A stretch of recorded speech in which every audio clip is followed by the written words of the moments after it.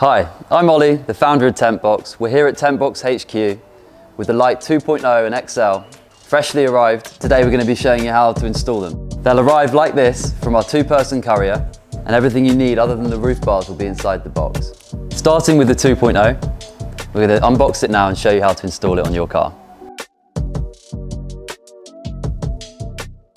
Let's crack on and get it open. As you can see, the TentBox is well packaged and well protected for transport with these honeycomb panels.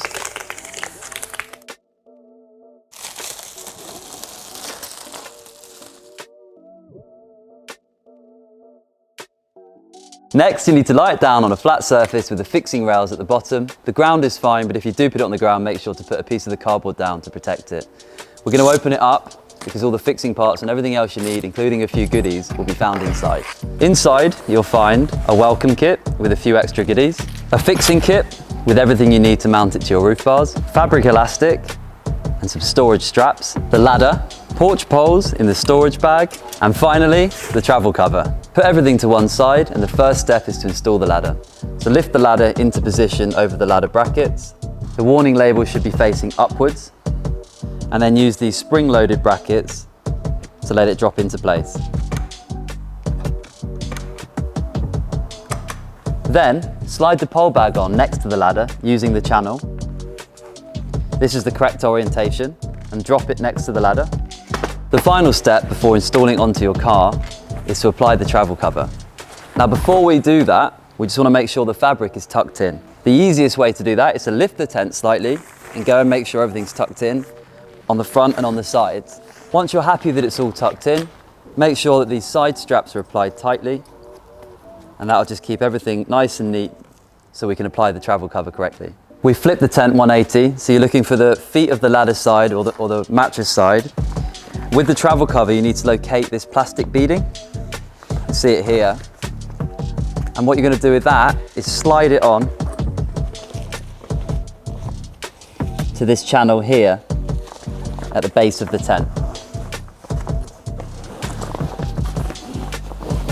Now this side will always remain fixed, and that's how it's able to roll up neatly out of the way when you're using your tent.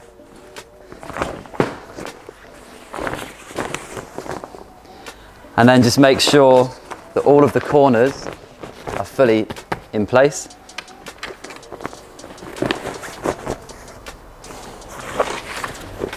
It's a lot easier to undo the Velcro on the corners and to fold trim up like this for when you're first applying the zip. Make sure this fabric is tucked away inside. When you're applying the zip, obviously you just need to be careful. Make sure the zip slides all the way in to the very end before you start trying to do it up. And once it's going, obviously you're good to go and do it like a normal zip. It's important to note that you don't actually need to ever take this off again. You can leave this always to sort of there when you do take the cover off when you're using it. So just bear that in mind. Again, it's important that the fabric's tucked in to make sure it zips up, and having this trim lifted up like this just makes it a lot easier to put it round. The reason we've opted for a zip is it's a much better, cleaner finish. It's always a lot neater when it's on your car, and it's completely waterproof. When you go around the corners, it's always good just to make sure, as I said, the trim's lifted up to get it round nicely, and you can fold the trim back down afterwards. You'll notice we've got a nice 6-inch pull cord which helps you to access the zip when it's on your car, makes it really easy to do it up. This pull cord can then sit in this corner piece like that for when you're driving and traveling about. Now, before you put it on your car, just the final step is to put these straps over and apply the Velcro. These straps are just to help keep the fabric nice and tight when you're driving. It's important to make sure that they're not twisted.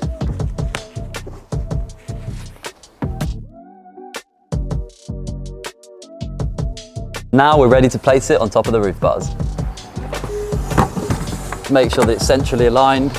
And if you have got a rear opening tailgate, just check that it's not impeding that. If it is, just push it a little bit more forward. And now we're ready to clamp it onto the roof bars. Remember, roof bars are inexpensive and you can get them for any car. We've got a whole team of product specialists here. You can either give us a call or reach out to us on our contact page, and we'll be able to provide you a recommendation for roof bars that will work with your vehicle. To clamp it to your roof bars, grab the fixing kit. Inside you'll find 4 U-plates 8 sliders, which each come with a bolt and a nut. And obviously there's also this handy spanner which is going to help you fix it on. So the way to do it is to slide these plates on to the fixing rails underneath. Once it's on, you want to lift the TentBox slightly and slide one of the bolts on each of the points to make sure that there's one sitting on each side of the roof bars. The final step is to just grab one of the U-plates using the drop-down bolts. It forms a clamp around your roof bar. Grab one of the nuts and then using the spanner provided, tighten the nut. Make sure you tighten them fully and securely, but don't over tighten them, as that'll put too much pressure onto the bolts.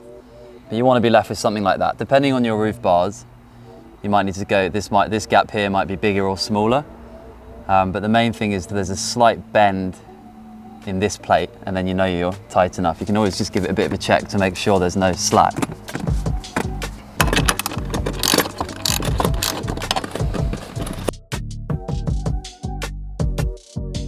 At this point, you're all set and ready to go tent boxing. For now, we're going to leave this hanging while we go and undo the other Velcro. So undo these small Velcro straps on either side. And now you're ready for the fun part, which is opening it up. Pull the ladder out slightly and use the ladder for leverage. You pull down on the ladder till you get it to about there. Reach up with one hand and hold the ladder and then pull it outwards. And then move your hands away, put them to the bottom of the ladder and let it fall down. Adjust it to the right height for your vehicle, making sure it's as vertical as possible on your setup. You can now roll away the travel cover so it stows away conveniently. You'll notice you've got a piece of Velcro here on each side. And then the final thing to do is to go and insert the rainfly poles. You'll notice they conveniently drop down when you open the TentBox open.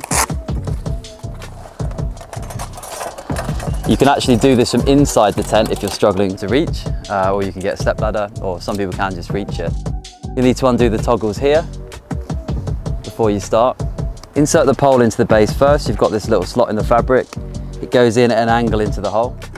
Make sure it slots in fully and bend it up and put it into the eyelet, like that. Now there's 6 of these in total on the Lite 2.0. I'm gonna get inside and do the rest. So on the side windows, it's a straight angle when you slot it in. And the end doors, it's an angle away from the window. So these handy storage straps attach to the underside of the TentBox underneath the fold out part. What you need to do is loosen them off. We'll tighten them again in a minute. Loosen them off. Attach them here to these accessory points.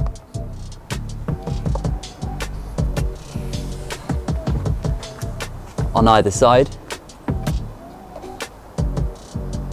Once they're on, give them a nice tighten on both sides, and then you're left with a nice storage strap which you can use for hanging clothes. Also, when you shut the TentBox, the pole bag can fit in nicely like this to stop it flying around in the wind. One cool thing about this tent is that you can remove the rainfly, and that is to enter summer mode, which basically means that you don't have to worry about putting these poles in when you set it up. We'll overlay some images now to show you a little bit how that looks. To do it, all you do is undo the buckles here on all 4 corners, and you then remove those aluminium U-poles that you can see, there's 3 of them. Take this whole piece off, and you can store the rainfly at home, so when you go away, you'll be able to open up without any of these poles and without the rainfly. When you are using the rainfly, one thing that's important to do is go around and with these buckles and just make sure they're tight, and that'll keep tension on the rainfly fabric.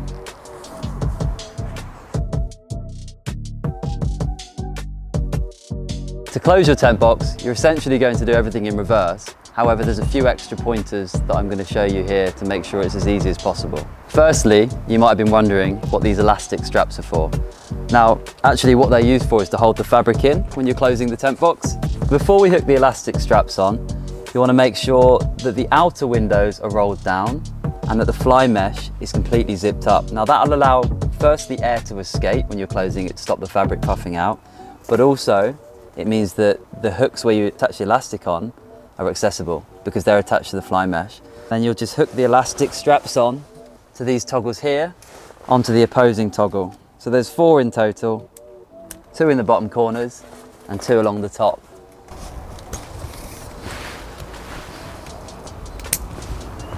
After you've prepped the inside with the elastic, take the poles out.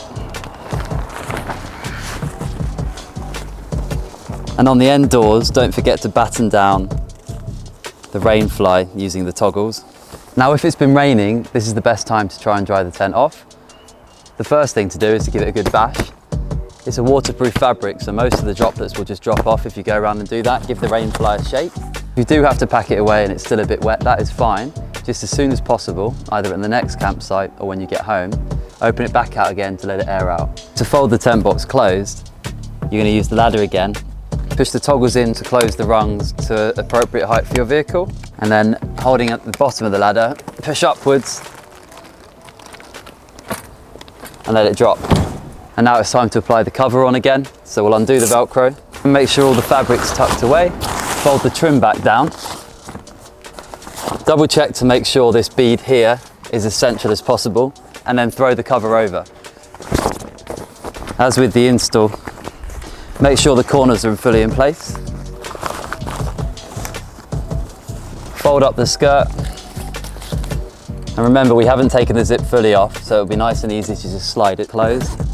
Double check to make sure no fabric's getting caught. When you get to the corners, again, fold up that skirt there. It'll be nice and easy to do up. You'll see in a second how clean the finish is once this is zipped up. Not only does it look great on top of your car, but it also means that no water's going to get in when you're driving in the rain. When you get to the front of your car, just put it as far as you can. And remember, you've got that nice 6-inch zipper pull, which allows you to reach over and grab it. When you get to the end, you can put the zip pull in through the middle there and use this Velcro to keep it nice and tidy. Chuck over the wrap over straps. That means you'll be able to go around the other side. They'll be easily accessible, and use the Velcro straps. Now, we do actually advise that you double loop these. So you go in through the 2, back round over the top, and then underneath the second one. That just keeps them super tight. Now, these straps really just help to stop the cover from buffeting when you're driving. The zip obviously does all of the work to hold it down. Let's just make sure it's nice and secure and the fabric's taut on top of your car. So that's pretty much everything you need to know about installing and using the TentBox Lite 2.0. If you have got one and you are installing it, don't forget to read the user manual. It is imperative to do that as well. And also, don't forget, if you have any questions at all, either before or after purchasing a TentBox, you can always reach out to our friendly team of product specialists based here at our HQ.